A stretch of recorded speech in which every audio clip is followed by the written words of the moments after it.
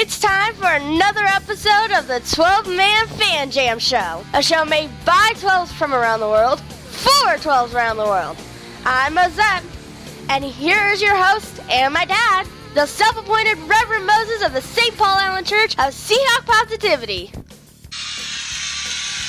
Yes, I am Moses, and welcome to episode 720, the Panthers edition of your 12-Man Fan Jam Show, as your Seattle Seahawks get ready to take on the Carolina Panthers. So please put your tray table up, place your seats back in the full upright position, settle in with a desired sin or beverage of your choice, and what can I tell you? As Little Mo said to me after last Sunday night's game, and as it was coming to a sloppy, poor close, well, Dad, they can't win them all. Ah, the wisdom of a young 12, ladies and gentlemen. More on his wisdom later, but first, let's meet the posse for this episode. First, our news hound, Will. Hi, Will. Hi, Moses. How are you? How you holding up, my friend? Kind of a rough night. I woke up at 3 a.m. to find my elf on the shelf sitting over me with a tiny knife in its hand. Never a good sign when your elf on the shelf is over you with it. Did you take care of it? The kitty did, so Good suffice to say, no longer a problem. Nice. Well done, kitty. And then, of course, there is Dustin. Hi, Dustin. Hey, how's it going? Good. How are you? Recovering, but doing okay. Yeah, you know. It happens to the best of them. So Yeah, true. we shall press on as we do in this show. And, of course, our man behind enemy line, Statsman Mark. Hi, Mark. Hello, everybody. How are you? I'm doing well. I am with all the spreads, of which I have no action on, but you know, I'm so so confused that I just look at this and I get lost. And before I forget, it's 48.5. Remind me of that later for a total. 40. No, I'm kidding. Remember 48.5, everybody. All right. Actually, 48.5. let's give That is him a our different total number and see if he we'll runs get with into it. more on that later. Yeah, I'll give him a different number just to throw him off, see what he does. All right. But my correct game percentage, I don't have an official record. All I know is that it's slightly better than my trivial answer correct answer percentage. That's not going real you well. won a little while ago, Anyway. so don't get too carried away. Sadly, the yin to my yang, Matt from Marietta, England, is not with us this evening again. He is still on that whirlwind trip around the East Coast of America. He was in New York City. He was in Washington, D.C., and his next stop will be Charlotte, North Carolina, where he and his sister will watch this game. His sister, who's a Panther fan, but we like her anyway. They haven't supported him yet? Not yet. We're working on that. We've got people on the top people on the case, Will. Top people, okay? We've got the best people. We do. We got the best people, and we have the best show for you. Let's get to it, shall we, sweet?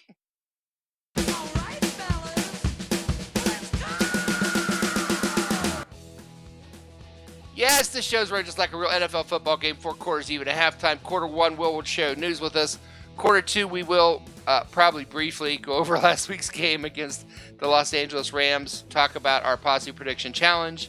Halftime is the best Seahawk-themed trivia game on the internet. I refer to, of course, 12-Man Fan Jam Show Halftime Trivia. Otherworld. Winner last week was, who was the winner? It was, That would be last me. week? Yeah, it was Will, right? That's right. Yep. Because everyone was celebrating, and Will's like, hey, I won. And no one seemed, I said, hey, forget that. Will won. Congratulations, Will, by the way. Well, that was last week. I'm on to this week. 1-0 every week. Championship mindset, right? Separations and the preparation. Oh, excellent. Quarter 3 and quarter 4 of this show, we will spend our time talking about that game between your Seattle Seahawks and the Carolina Panthers. Quarter 3, we'll have a sermon, we'll have an injury report, we'll have numbers, everything you need to know for that game coming up Sunday, and then we'll put all that together quarter 4, make our predictions, prognostications, and game ball for that very game. But before we start, please like, share, subscribe to the Seahawk Positivity YouTube channel. Join our Facebook group, 12-Man Fan Jam Show. We're on Twitter, Seahawk Positivity. Email 12manfanjamshow@gmail.com. Look for the downloadable podcast of this very show on iTunes and Podbean. And before we start, I want to share a personal story real quick. It's a story that, as a father and son, I will probably share for years ahead. I just want to share this real quick. I haven't told anybody this yet. Happened last night during Thursday Night Football.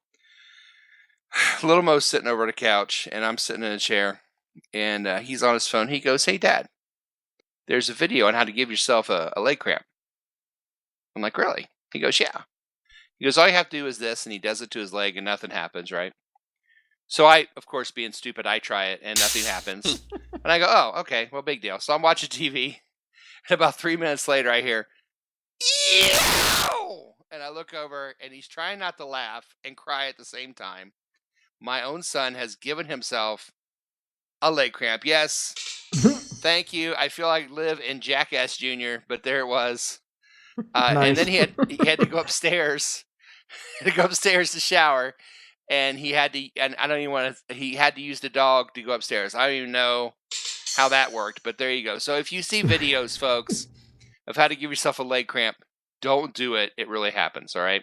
Good Nice. lesson. Good lesson You for you know, right there. I hear stories about this and then marvel at the people who honestly think there's no difference between men and women. Because you never hear of a woman doing something this dumb. That's so true. And the But we thing would is, all do it. I have to admit, I tried it once. I'll give it a shot, and it didn't work. Okay, I'm not going to try it again.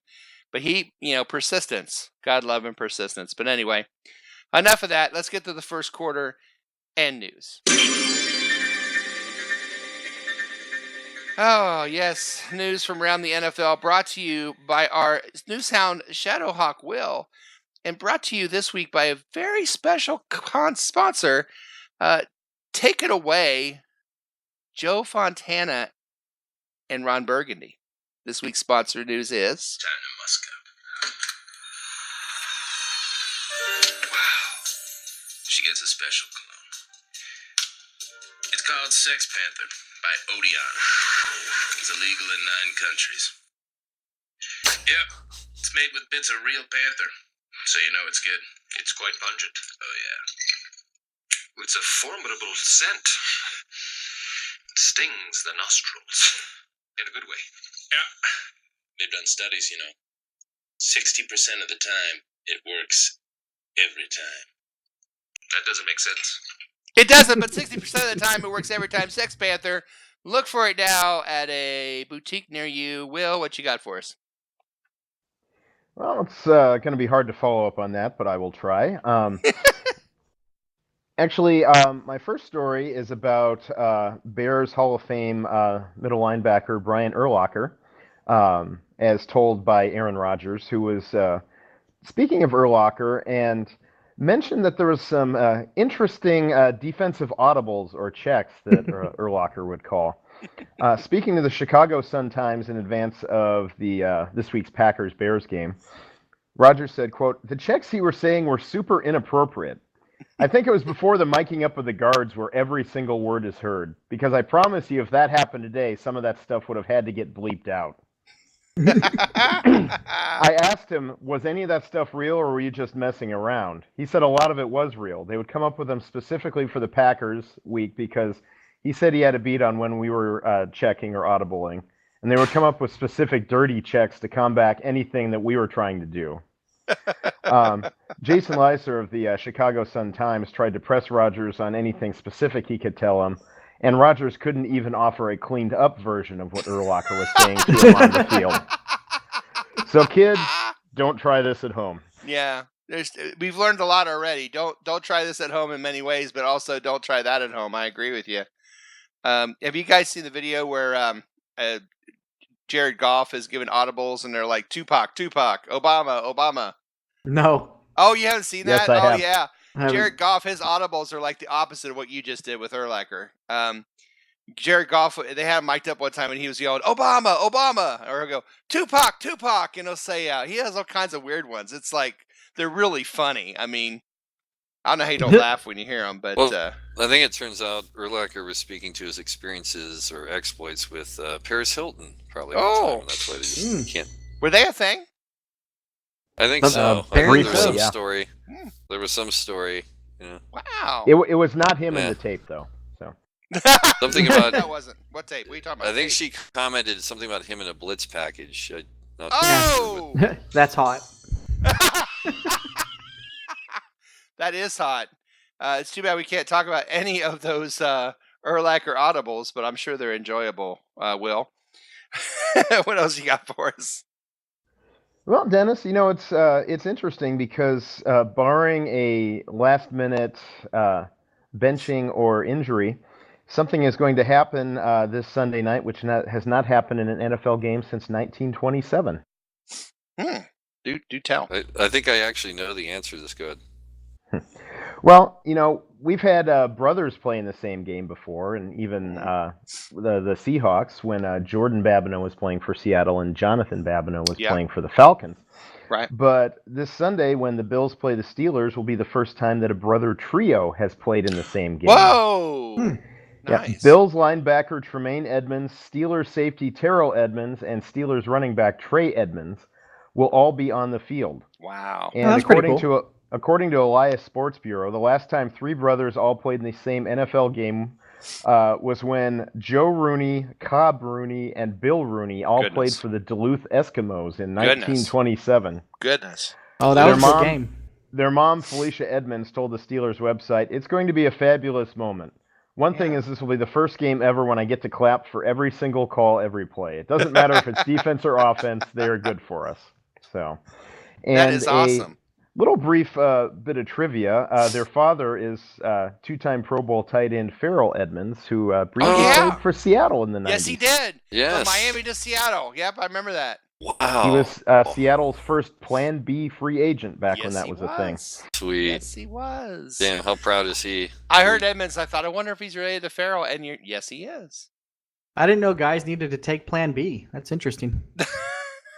Only in the early 90s, Dustin. That brings us back to Paris, doesn't it? But we won't go there. Well, that's interesting. Three brothers in one thing. That's pretty crazy. It'd be great if they all just got in a huge fight. Start swinging helmets and everything.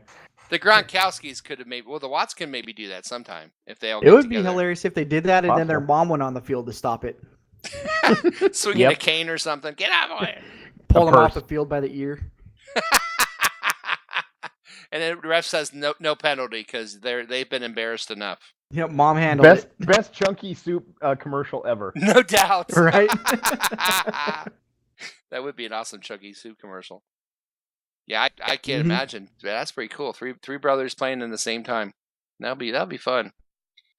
That was really cool. Well, thank you, Will, so much for the news. Anytime, Moses. And that will be the end of the first quarter. It's the end of the first quarter, bitches. All right, we are at the end of the first quarter. Coming up on this Panther edition of 12-Man Fan Jam Show, halftime trivia, numbers, injury reports. But next is quarter two, and we have to talk about last week's game. Unfortunately, this is the 12-Man Fan Jam Show, as wide open as the Ram receivers. We'll be right back. You're listening to the 12-Man Fan Jam Show, a Seahawk Positivity production. That's the fact, Jack! Holy shit, it's the second quarter. Yes, it's quarter two of the 12-Man Fan Jam Show. 4 out of 5 Seahawk fans recommend it. That fifth one we'll deal with him afterwards. It's time to talk about last week's game, and that's what we do in the second quarter. Unfortunately, it is a loss to the Rams, 28-12 last week on national television on Sunday Night Football. Will, what are your thoughts about this game? What can we take from this game and move forward in a positive way here? Well, Moses, sometimes you just play a game and you just know they don't have it. Yep. It doesn't happen all that often, but it's just, you get a feeling they start playing and it's not going to work. I mean, kudos to the Rams, kudos for Sean McVay. I mean, they ran up tempo a lot of the night that kept us on our heels.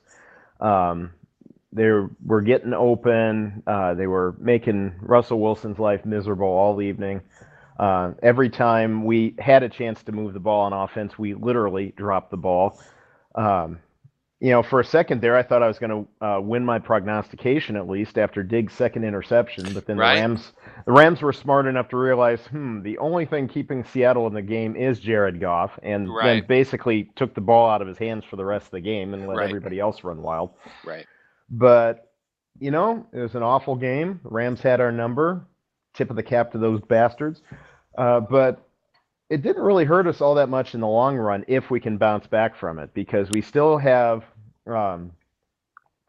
we still control our own destiny for the NFC West title. We still control our own destiny for a first round bye. We still got a decent shot at the number 1 overall seed. We just got to win these next couple games and set ourselves up for a showdown in Week 17 with the 49ers. Exactly. So it hasn't really derailed our season, but all the slack we're going to get has been cut. So step it up. Yeah.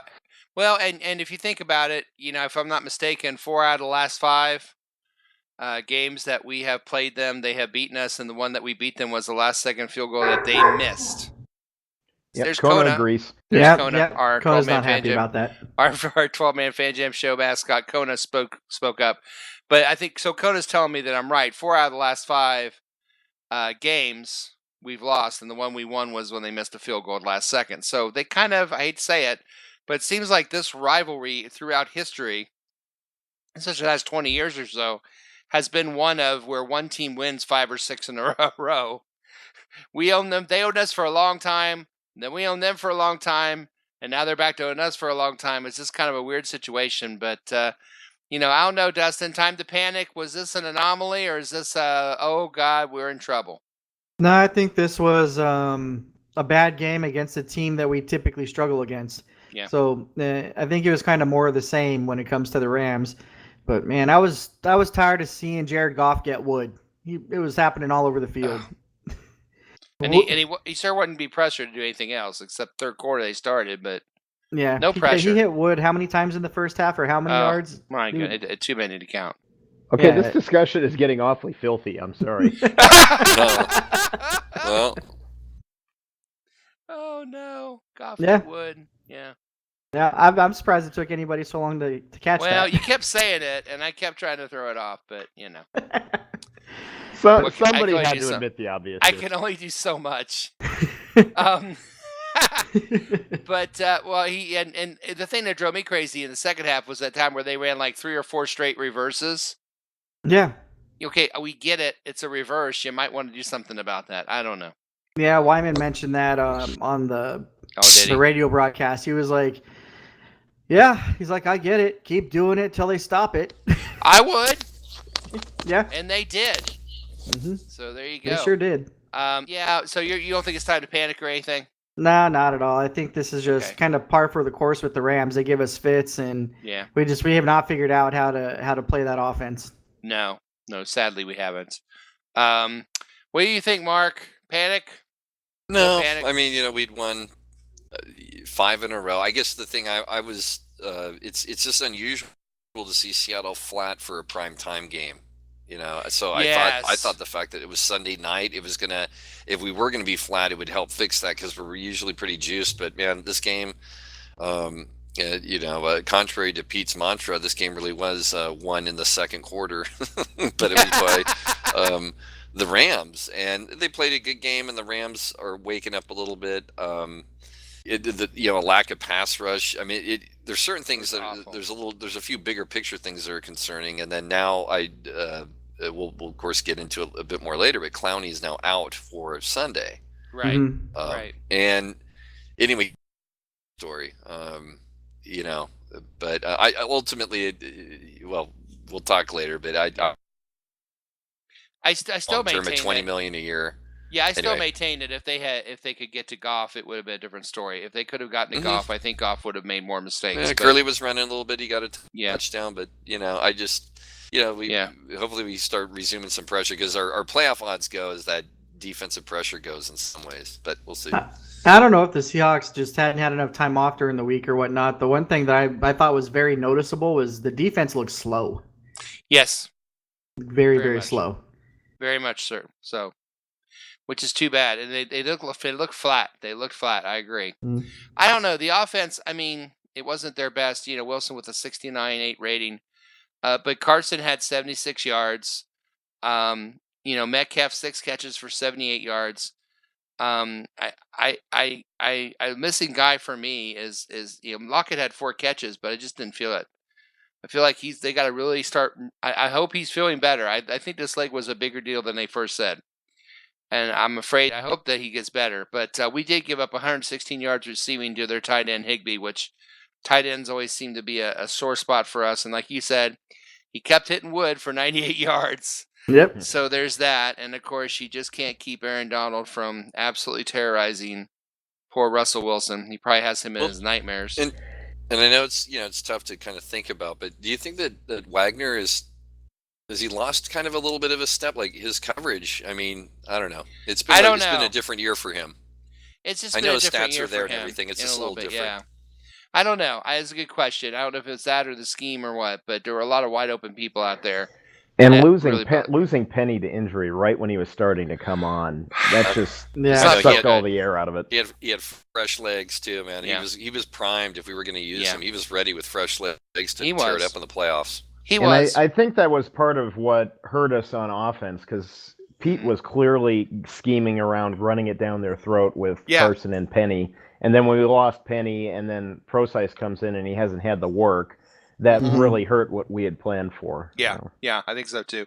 So hopefully a week will help Procise and Homer, what I hear, might even get some carries, which would be nice. So we'll see about that. I guess, fellas, I mean, we can talk about this at the injury time, but I guess we hate to bring it up, but I guess it's time to start riding that train, boys. That Procise train is coming out of the station, so get ready. So train's back on the track. Back on the track. Procise. All right. I remembered this time. All right, Procise train is back on the track. I'm more of a Homer guy myself, Moses. So. Yeah. No. Yeah, I am too. We'll see. But we'll talk about that, I'm sure, when injuries come up. I got it, Dennis. I got a song for Homer. Homeward Bound by Simon and Garfunkel. Did we go? Homeward Bound. I wish I was. Yeah. Yeah, I'll look that one up. Homeward Bound. Yeah, Travis. It's a sad song though, so I don't know. I know. Well, Travis is singing. He's like, "Where my touchdown is waiting silently for me." There we go. Sorry. If you know Simon and Garfunkel, that's hysterical. Boy, I mean, I'm telling you right now, if you know Simon and Garfunkel, that is a brilliant joke. I know, but write that one down. Share it with your grandparents, kids. That's funny. Yep. That's awesome, man. And on that note, I think we will go ahead and put this loss behind us like the Seahawks have, and we'll turn to our posse prediction challenge in the 2-minute warning. Holy shit, it's a 2-minute warning. All right, our posse prediction challenge for this week. It's kind of a sad one. I have to give 2 points to Jose and Little Mo because they said the Rams would score 28 points, and they did. I'm giving a point to the closest scorer for Mike Pascale because he said 24-23, and nobody picked us to lose, so... nobody got the prognostications. Nobody gets a game ball. The over and under was under a point to Mark, Ty Turner, and Matt, meaning individual scores for week 13. There were only 7 points scored overall. Wow. Jose with 2, Little Mo with 2, Mike Pascale with 1, Mark, Ty Turner with 1, Matt with 1. Means overall scores after 13 games look like this. Dustin is in the lead again with 28. Mike Pascale at 27. Statsman Mark in third place with 25. Nice going, Mark. Moses in fourth with 24. Matt at 19. Tom and Little Mo at 16. Jose at 15. Will and Mark Ty Turner at 14. Gentlemen, as we go into the final 3 games, the overall team scores: Team 12, 88. Team Posse, 110.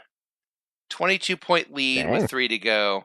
But I think it was 29 last week, so I'm sure we got plenty of time because they outbeat us. Yeah, they outscored us 6-1 this week, so they're chipping away. This will be the first time ever that we. Yeah. Yeah. How many years have we been doing this? The whole time? Wait a minute. Yeah, 4 years. One game at a time there, Statsman Mark.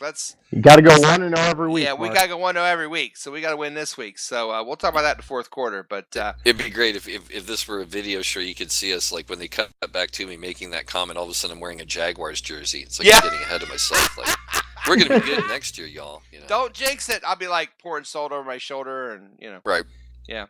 Yeah, it's very true. So don't jinx it yet. We still got plenty of games left to play and plenty of shows. So let's go to halftime. Holy shit, it's halftime.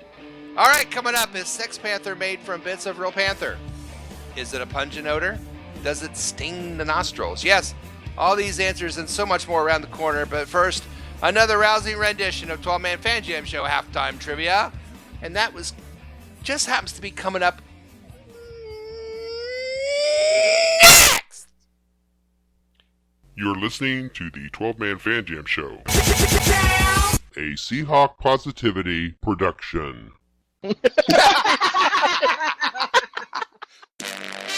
Yes, it's halftime, and welcome to another fun-filled edition of the best play-along Seahawk-themed trivia game show on the internet. It's time for 12-Man Fan Jam Show Halftime Trivia. And here's your host, the self-appointed Reverend Moses of the St. Paul Island Church of Seahawk Positivity. Yes, thank you, me, and welcome to another fine edition of 12-Man Fan Jam Show Halftime Trivia. From the world. The trivia game that tests the knowledge of both our posse and our listeners. Our contestants are the posse themselves, Statsman Mark, Dustin, and Will. And here are the rules. Here's how the trivia game works. There'll be 2 rounds of questions. Each contestant answers 1 question each round. If they get it correct, they get 1 point. After 2 rounds of questions, there'll be a final trivia question worth 2 points. If there's a tie after that, then the tie players go on to a special secret overtime question where the winner becomes reigning 12-Man Fan Jam Show Trivia Champion and also gets a prize chosen especially for them. As an added bonus to those listening on the Seahawk Positivity YouTube channel, the questions and possible answers will be displayed on your screen so you, the viewer and listener, can play along as well. If you do, please let us know how you did on the questions. Remember, there's no Googling, no phone a friend, and please, no wagering. However, there is a lifeline. Before taping this show, my 2 charming Seahawk fan children, Mosette and Little Mo, did take the quiz as well. If the contestants want to know what the kids said, they can ask that but once and only once during the entire game show and only in the first 2 rounds. Now let's get ready to play 12-Man Fan Jam Show Halftime Trivia. Alright, y'all know the rules. So it's time to play our posse trivia game. That was pretty funny, and no one laughed. Well, whew. There you go. Thank Sorry. you. All right. Just shake it off. Moses. Will, you won last week, so 1, 2, or 3. Which one would you like to be? 3, please. Dustin, 1, 2. I was gonna pick 3. Sorry, 1 or 2. No, so for you. 1.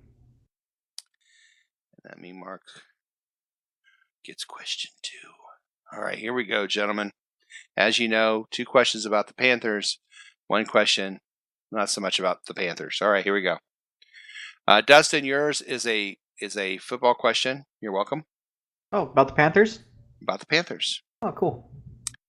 Back in 2004 was the first time the Seahawks beat the Panthers in Seattle. It was 2004. Who scored the only 2 touchdowns for the Seahawks? Only 2 touchdowns for the Seahawks in that game. Was it Sean Alexander, Darrell Jackson, or Max Strong? I'll say Sean. He scored a lot of touchdowns. Sean did score a lot of touchdowns. Mm-hmm. So you're going to say Sean Alexander? Yeah. All right. 37. Yeah, I know his number. Little Mo said Sean Alexander. Mosette said Sean Alexander. You said Sean Alexander. Yeah! Nice. Sean He had a lot of Alexander. multi-touchdown games, too. 1 rush, 1 receiving. well, Nice. Trevor. Yeah. Especially that year. Yeah. Mm-hmm. Hey, Mark. mm-hmm. Yours is not a football question. Is Charlotte the is Dukes known of Hazzard for question? kind Oh, of. okay, go ahead. Charlotte's known for NASCAR. What percentage of all NASCAR race teams have their headquarters within a 2-hour drive of Charlotte? Is it 50%, 75%, or 80%? Wow. Those seem low. It does. No, well, yeah, I have no idea that. Like, you know, they have a Isn't that monopoly weird? on it. 50, So this 75, or 80. What's the percentage of NASCAR race teams that have their headquarters within a 2-hour drive of Charlotte, North Carolina? Dance! Well, let's see here. I'm Adjust going to for go. pi. Carry the 3. Yep. Factor I in. will say 80. He'll say 80.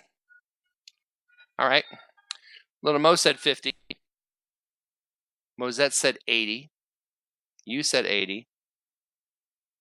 Oh, it's that old familiar tune. Jeez, 75% of all race teams. That's 3 out of 4. That's still pretty crazy. All right. Will. Yep. In 2016, one of my favorite games of all time, the Seahawks beat the Panthers 40-7. Remember that wonderful game? I do. Yeah. Who had the most receiving yards for the Seahawks in that game? Was it Doug Baldwin, Jermaine Kearse, or Tyler Lockett? I will tell you this. They are 1, 2, and 3, and they're all within 5 yards of each other, so it's close. Oh, Doug goodness. Baldwin, Jermaine Kearse, or Tyler Lockett, who had the most receiving yards for the Seahawks in that game? Hang on, let me watch it real quick. Okay. Okay. I will say... I'll go curse. Go Kearse. And if I get it wrong, I'll curse some more. Little Mo said Doug Baldwin. Mosette said Kearse. You said Kearse. It's Kearse! Nice. Kearse was 68. Baldwin was 65. Lockett was 63. All very, very, very close. All right, so we go to round 2. Will, 4, 5, or 6? I'll take 5. All right, Dustin, 4 or 6? 6. And that means Mark will lead us off here. You ready, Mark? Back to you, Mark. Well, probably not, but proceed. All right, here we go. I may proceed. We are proceeding with question 4. Question 4, the first time the Seahawks beat the Panthers in Charlotte was 2012. How many turnovers did the Seahawks have in that game when they won? 1, 2, or 3? How many turnovers did the Seahawks have when they beat the Panthers in 2012? 1, 2, or 3? Wow, 2012. Wilson's rookie year, huh? Well, I'll ask the kids because, with my 128 batting average. Calling in the pinch hitters, are you? Yeah, and I might be being generous there. Okay, so what do the kids say? Mosette said 2, Little Mo said 3. Nobody said 1. Well, you should have been looking at it at it like this a lot sooner, and now I have to wonder. He would fade the kids. I'm going to go 1. Matt would fade the kids. What would Matt Nice. do? He'd fade the kids, yes. Because Matt loves my kids so damn much. He sure does. And so he would go with 1, even though they were at 2 and 3. Yeah, wait, be wrong, Mark. Because it was 3. So take that. 3. Well, Yeah, fade my kids, will you? Hi, Will. Hi, Moses. I love your kids, by the way. Oh, thanks, Will. Hey, listen, I learned something doing this trivia. There's an NBA team called the Charlotte Hornets, right?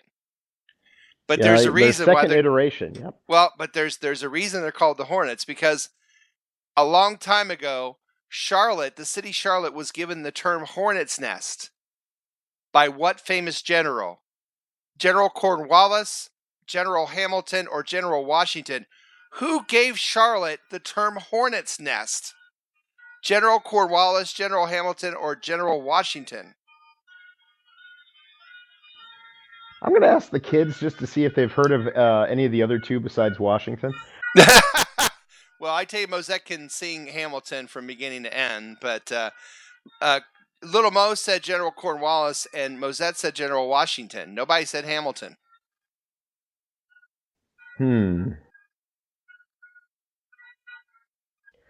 I am going to go with Cornwallis. He's going to go with Cornwallis.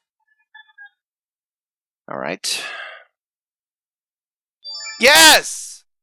Woo-hoo. General Cornwallis, the only Brit on that list, said that Charlotte was, and I quote, something like a hornet's nest of rebellion during the war. And it became a hornet's nest. Isn't that interesting? You learned something tonight. All right, Dustin. Yep. America. America. When the Seahawks beat the Panthers in Charlotte back in 2014, how many turnovers did both teams had? So they both had the same amount of turnovers, right? Okay. Did they both What have flavor? 1? Did they both have 2, or did they both have 3 turnovers?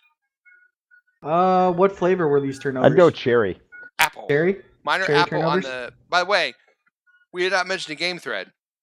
And I always have Apple turnovers on the game thread when there's a turnover by the other team. It's true. And what were the options? 1, 2, or 3. The amount of turnovers both teams had in 2014 when they played each other. I want to say 1 because I'd like to think Seahawks didn't turn the ball over many times. Yeah. And I'd like to say, was it 4 or whatever the higher one was? Because 3? Yeah, because that means Carolina gets a lot of turnovers. So Okay. I'm gonna even this one out and go whatever the second one was. Which was number 2. That would Middle be 2. one, yes. So you're gonna split the middle. Little Mo and Mosette both said 1. You said 2. Yeah, Oh, nice. they both had 2. It's kind of the best of both worlds there because Yeah. it's not as bad but not as good either. Well, Dustin, you got 2 points. 2 for 2. Well done. Thank you. And Will, you got 1 answer right. Good job. No, I got both. We'll have. Oh, Yeah. Will got both. You're right. I apologize. We'll take Yeah. it both. Congratulations on that one you got right, Will. Dustin got 2 right. Will got 2 right. Mark, you Also didn't get any played. right, but Yeah, Mark, don't Thanks for worry. being here, Mark. Yeah, Because I you have know a lot why? of- No, go I ahead. have a lot of participation badges. Well, and, don't worry because here comes the final question. Final question worth 2 points. Mark, you could tie it, put us in overtime. So don't panic just yet. The closest without going over the number to the answer to the final question gets 2 points and may cause overtime or may become champion. 12-man 3-person Jam Show overtime, halftime champion. nonetheless. Well, We haven't had overtime forever. at least we know my buzzer isn't contagious because my compadres here have done extremely well. Yeah, your buzzer is not contagious, Mark. Thank God for that. With all those girls, those token girls that you hang out with, I'm surprised. But I know. Coco I know. Honus will be so disappointed. All right. did you say Coco Honest? Yeah. Yes. Beautiful. All right, here we go. It's the number, and we'll start with order. We'll go Mark, Dustin, and Will. And here it is. Final question is that NFC Championship game back in 2006, when Alexander and Hasselbeck and those guys went to the Super Bowl 40. Yep. How many total offensive yards did the Seahawks have in that game? Total offensive yards in that game for the Seattle Seahawks. Well, that was pretty much a blowout. It was. Let's see. So I'm going to say, that was a big, I'm going to go, I'm going beyond Buzzerland here. Beyond Buzzerland. Let's see. I'm going to say 425 yards. 425. Dustin. 375. 375. Will, 425, 375. 394. 394. All right. Gentlemen, the actual number of yards that the Seahawks accumulated in the championship game against the Panthers in 2006 was 393 yards. What? Will, you're up by 1. Oh. And the I love Ninja it. Turtles are ruling the world.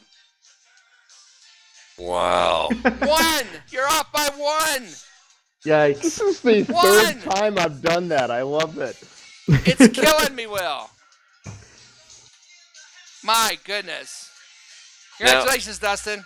Thank you. If ever there was an honorable mention category for someone as trivia desperate as myself, I set the table pretty good. I was You only do set the 30 off. do. table well. Oh, really do. gosh, Will. Seriously. 1. Do you have a breakdown? Was it 300 for Hasselbeck and 100 something for I or think not Alexander had like 140 rushing. Yeah, yards. no, I don't Okay. have a breakdown. I don't He have did a have a breakdown. big guy. I can tell you that the Panthers had 212, but that would have been the overtime question, so it doesn't matter because Dustin is the 12-man Fan Jam halftime champion for this episode. Another crowd-pleasing, heart-stopping, award-winning edition of 12-Man Fan Jam Show Halftime Trivia Of the world. of the world. We'll be back with the second half of our show right after this.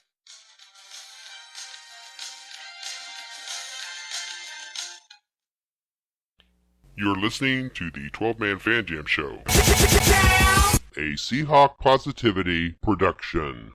Everyone in this room is now dumber for having listened to it. Holy shit, it's the third quarter. Oh, congratulations again, Dustin.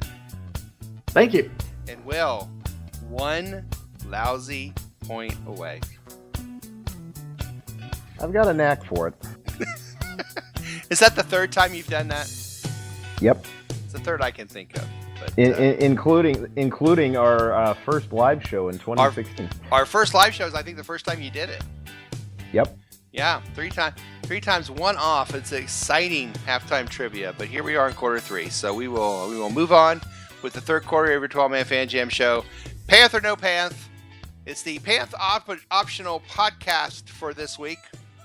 As we are playing the Panthers, and it is time for us to talk about our Seahawks as they get ready to take on those Carolina Panthers Sunday at 1 p.m. Eastern Standard Time, which makes it 10 a.m. out on the West Coast, and in England it's probably, 1993 or something, I don't know.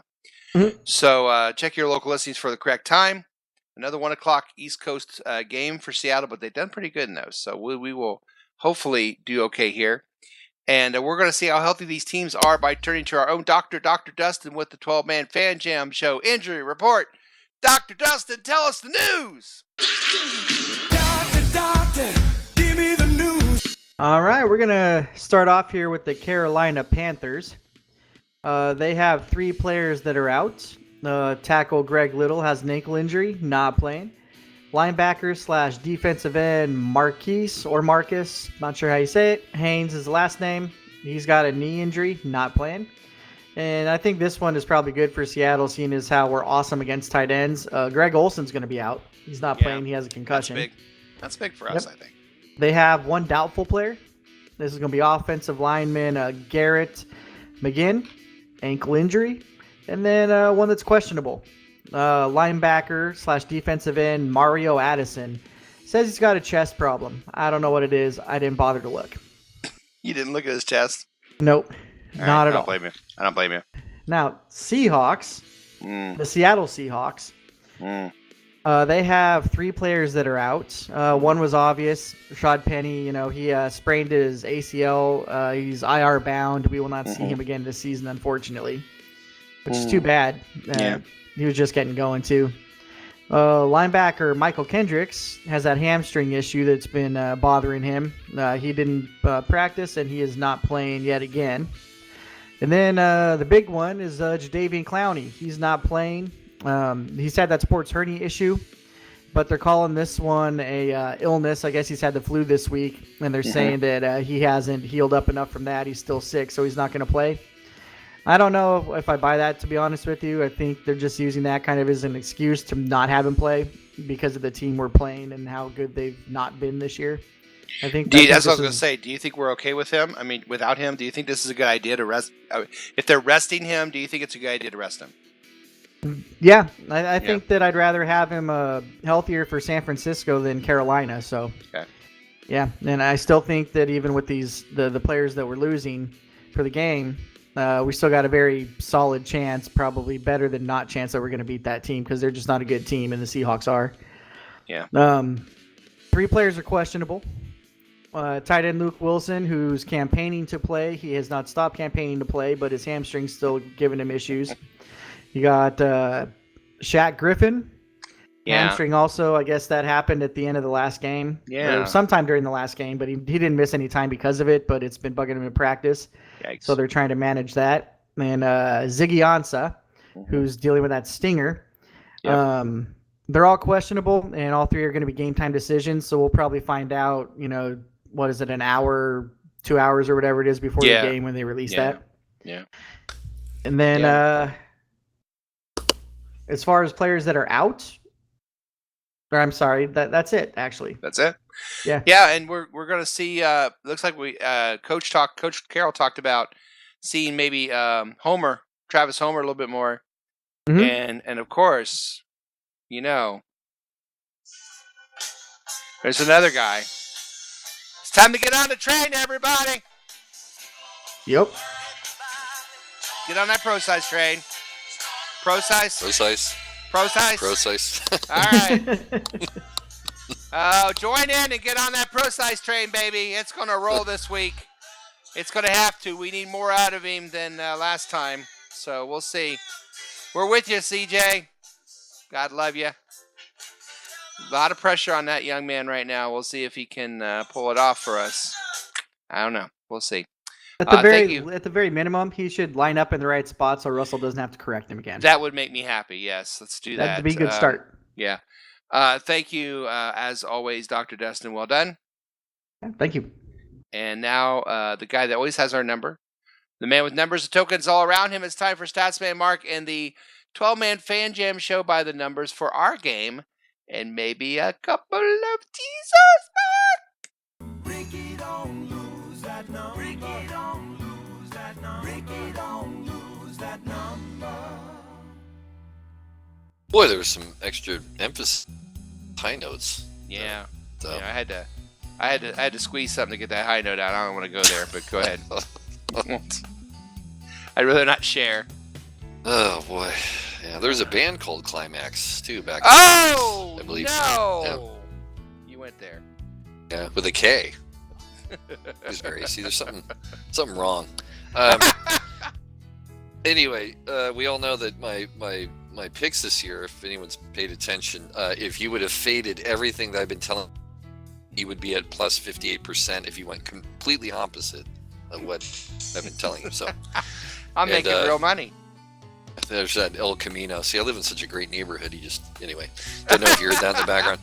Okay, so in light of my lack of success, oddly enough, I got a text message with a Phoenix area code, and so I thought, gee, who gambles out? Maybe, No. and then I realized it's the guy from the Cardinals. So, without further ado, I can't remember his name. But he's a close anyway. friend of yours. Well, I guess he's a follower. Yeah. Because, everyone listens to the show. Anyway. So there it is. First off, before I forget, as I usually do, it is 48.5 for Seattle, Carolina. I thought you said 44.5. That was 43.5. 48.5. I just okay. We tried, Will. That's worth a shot. Yeah. Over under Almost for our show confused. for our game is for our show is 48.5. Yeah. 48.5 seconds. Anyway, yeah. and so onward, we're going to rebound from last week. This is a big. Seattle's actually a decent sized road favorite, 6.5, but we'll end up winning, and we'll cover that margin. It is the last game for the Raiders at the Coliseum, and your favorite place. They are hosting. Appropriately enough, a quarterback who looks like something from the 70s, right? The Gardner, I think he's going to play. It's perfect that he's in that state. Minshew mania. The home team Raiders will come through somehow, some way. 7-point home favorite. That's a big line for them, but I'll go ahead and have a little faith. Anyway, and then you know what? New England finally. I think we're finally seeing signs. I know we've all been saying this for like 7 years now. I think we're finally seeing signs of them crumbling, and they're in Cincinnati. And even though they have film, I am taking the Bengals plus 10 because why not, man? The red rifle is going to come out firing with a BB gun, and that'll be enough. They're hot. Right up the street from here, the Niners are hosting the Atlanta Falcons, half-point favorite. But I think the Falcons have just enough, so I'll take Atlanta in the 10.5.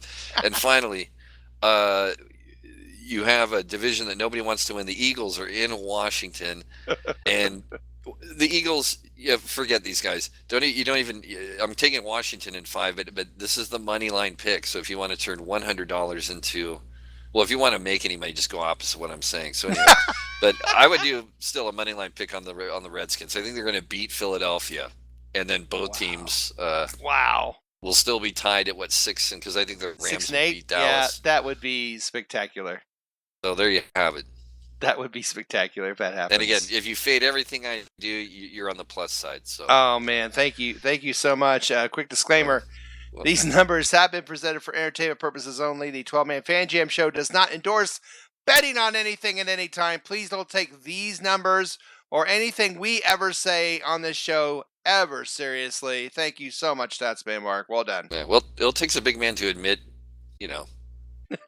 how he's been wrong, and yes. So anyway, thank you, Statsman Mark. And now it is time for a quick reading from the self-appointed Reverend Moses from the St. Paul Allen Church of Seahawk Positivity. Oh, Reverend?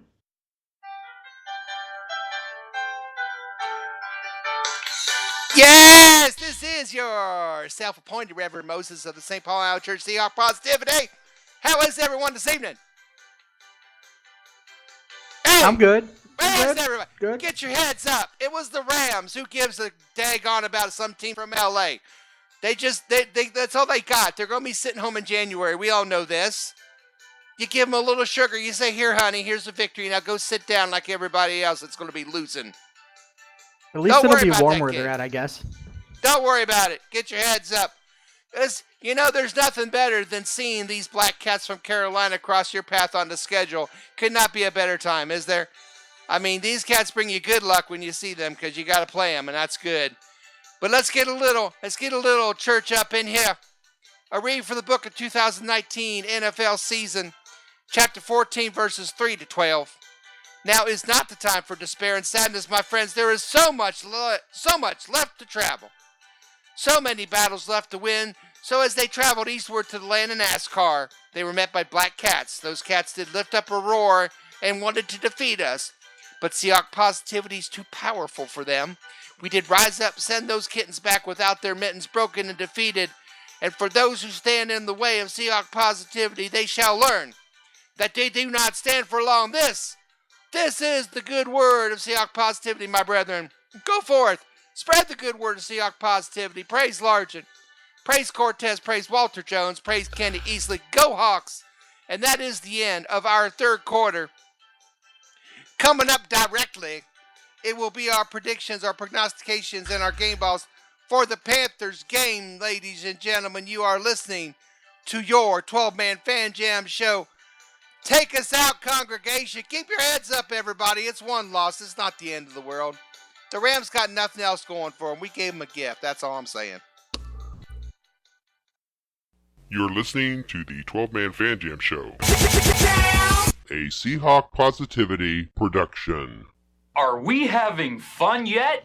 Holy shit, it's the fourth quarter. Oh, the fourth quarter is here of your episode of this very special edition, Panthers edition of your 12-Man Fan Jam show. I should probably restart, but I'm not going to. The podcast that is guaranteed or your money back. In that case, I think you want your money back after the way I was talking, but we'll move on. In this quarter, we make our game score predictions, our prognostications, and of course, our game balls for that upcoming game between your Seattle Seahawks and those Carolina Panthers. All right. First off, we will start with Team 12 and their picks. Jose, who broadcasted his on the 12-Man Fan Jam Show Facebook page, if you missed that. And by the way, we have a game day thread on that page. We love to talk during the game day. Come on, share. We have a good time on there. Jose put 26-13. And guess what he said? The Seahawks are going to win? He said, I'm getting on the pro size train, everybody. Ooh. Yes, he said, I'm getting on the pro size train. I can't believe I just said that, he said. Pro size touchdown. Game ball to Metcalf, but that pro size train is a rolling, baby. So Jose believes. I'm just saying. Tom. So after a tough loss in LA, the Seahawks are going to come in pissed off. I hope so. The offense and defense were flat, but not this game. Seahawks win 31-20. Carson goes over 100 yards. Game ball to Carson. Little Mo said 35-21. Carson 100 yards rushing. Carson game ball. Mark Ty Turner. They should rebound in Charlotte, but like every game this year and every game we ever play in Carolina, in the Wilson era for that matter, it will be a tight one. Hawks win 20-17. ProSize does his best Christian McCaffrey impression and scores two touchdowns, two receiving touchdowns. What? That's right. Mark is on it. But he gives his game ball to Carson for grinding out the clock. I'm going to let it roll, man. I mean, what more can we do here? I mean, the ProSize train is going off the rails. And Mark sees nothing wrong with a little bump and grind there. No, nobody does. Nobody does. Mike Pascale. All right, guys. Mike Pascale said, hey, no Newton is a good Newton. Hawks 23. Hawks 23. Thunderless awesome. Cats 20. I like the Thunderless Cats. Thunderless Cats 20. Hollister touchdown, game ball to Carson. Now for Team Posse, Matt, of course, who is traveling to America right now, stopped by to let me know that he thinks the Seahawks will win 31-10. Oh. Prognostication, Carson 100 yards, game ball to Carson. A lot of that going around. Well, 1 yard tonight, Will, from winning trivia. 1 lousy yard. It happens. It happens. Always a pleasure, sir. You got a score, a prognostication game ball for me? I do. You know, it's a bit of a divided household this weekend. April is siding with species over owner and is rooting for the Panthers. However, here's a little bit of a trivia tidbit. Ever since that black cat showed up on Monday Night Football, yes, teams with cat-related mascots are a combined 1-18. Wow. Which is pretty Bengals have crazy. gone 1-4 since then. Jaguars 0-4, Lions 0-5, and Panthers 0-5. That's why I say that. 1-13. You know what that means? Yeah, creepy. Makes you wonder what happened in Major League Baseball after Randy Johnson blew up that bird. Yeah, right. Yeah, good question. You know, but so I like our chances. Sorry, April. I'm saying Seattle's going to win 27-17. My prognostication, you know, I'm hearing a little bit about John Ursua this week. Yes, we are. Yes, we are. And given that Jerron Brown has done precisely dick all season, and Malik Turner had those big drops last week, my prognostication is that John Ursua is active for his first NFL game and will get a reception, at least one. Okay, I think that's fair. I think you should revise that a little bit. I believe he was active for the Pittsburgh game, was he not? I do not believe so. Well, his prognostication is he's going to get a reception in this game. Yeah, that's where we're going. He is. Okay. Yeah. Okay. He will get at least his first NFL reception, and all right. I think more than one, but at least one. We'll go with one. Don't get too crazy. But my game ball is going to a fellow member of the receiving room, Tyler Lockett, who is going to have his first really big game in just over a month. We need that. We really need that. Yep. I hope Lockett's the game ball because I think that's a good thing for us. I think it's missing right now. It'll be the comeback Seahawk of the week. Yeah, that would be great. All right, Ursua. I like it. I like it. I like it. Satsman Mark, how are you? I'm doing well. Excellent. What you got for me, sir? Well, now that the buzzer sound is cleared from my ears, you know, this game, yeah, I can appreciate. I forget which one called a 20-17 game. Was that? That was Mark Ty Turner. Okay, so, but here's the thing: the Carolina QB is just did they switch QBs? Did they get away from? I can't even name these backups. Allen. No, Cam is still not playing Allen. Cam. Okay. Cam's on IR. He's been a turnover machine. I think what's going to happen in this game is that our defense, my prognostication is going to be, we're going to force at least 2 turnovers, and those turnovers are going to help create a shorter field. So I got the Seahawks winning this 30-17. Ooh. And of course, the prognostication our defense will get 2 turnovers, from Carolina, because this is the key stat that's kept Seattle plus 11 for the season in the Nice. ratio, and that which is Nice. really good. Anything in double digits is good, and that's really helped us a lot this year. It is. And my game ball to Metcalf. All right, Dustin. Yep. Down to you, buddy. What do we got? All right, I'm going to say the score is going to be 28-13 Seahawks. All right. Prognostication, I do not believe Collier has had a sack yet in the NFL. He's obviously going to play. Yeah. I'm going to say he'll get his first NFL sack. Oh, gosh, I hope so. He has been a complete non-factor up to this point. Yeah, I think he's had, like 2 tackles so far in his rookie season. It's just a missing person. We need him. Yep. And this is kind of rookie heavy because I'm going game ball I'm going to give to Ugo. And I don't have any particular reason for it. I just feel like with him, he's been playing well on special teams all season. Yeah. He's going to get a chance. I'm assuming to get out there and play with Shaquille's probably going to be limited if he plays. So I think he's going to have some opportunities to go out there and do some big things, and he'll have a big impact on the game if he gets a chance. Okay, interesting. All right, well done. I guess it's my turn. Well, last week's game was about as painful to watch as watching Donald Trump do a pole dance.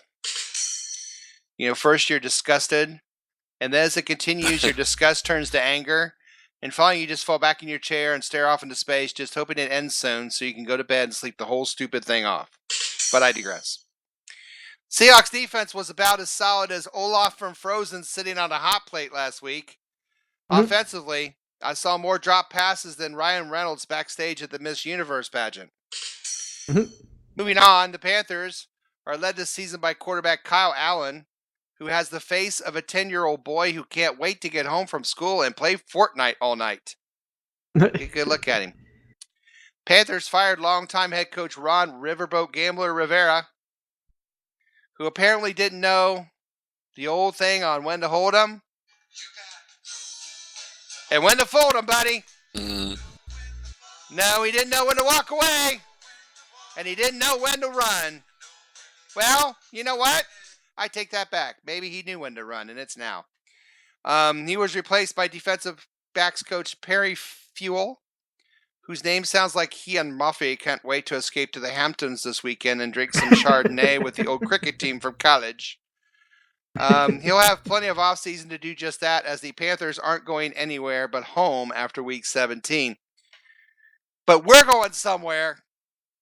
Watch my game ball DK Metcalf catch a touchdown pass. That's my prognostication. Watch the Seahawks beat up the Panthers like they were responsible for the mess of a game last week. Psst. Hey, Niner Nation, you listening? All last week did was piss us off. As you see your angry Seahawks win by a score of Seattle Seahawks 34, Carolina Panthers 13. Book it. Oh my goodness. Is it time already to say goodbye and bring another Fan Jam show to a close? I guess it is. We're so glad you decided to waste some time with us. We certainly hope you laughed a little, and maybe you learned a little something along the way. We learned some things tonight. We learned Goff hits wood. I don't know what that meant. We learned. I said that I was tired of seeing Goff get wood. I'm sorry, Goff got wood. Yes. Yeah. We learned that you can give yourself a leg cramp if you try hard enough.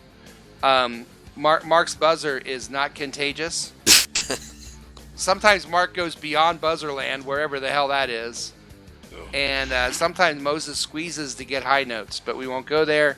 So, on behalf of my partner in crime, Matt, our Newshound Shadowhawk Will, Statsman Mark, Dustin as the Beaver, Mike Pascale, Roger Goodell, Mark, Ty, Turner, Jose, Tom, Mosette, Little Mo, Kerry Collins, Dale Earnhardt Sr. All right. This is Moses saying until next time, go Hawks. Go Hawks. Go Hawks. Go Hawks.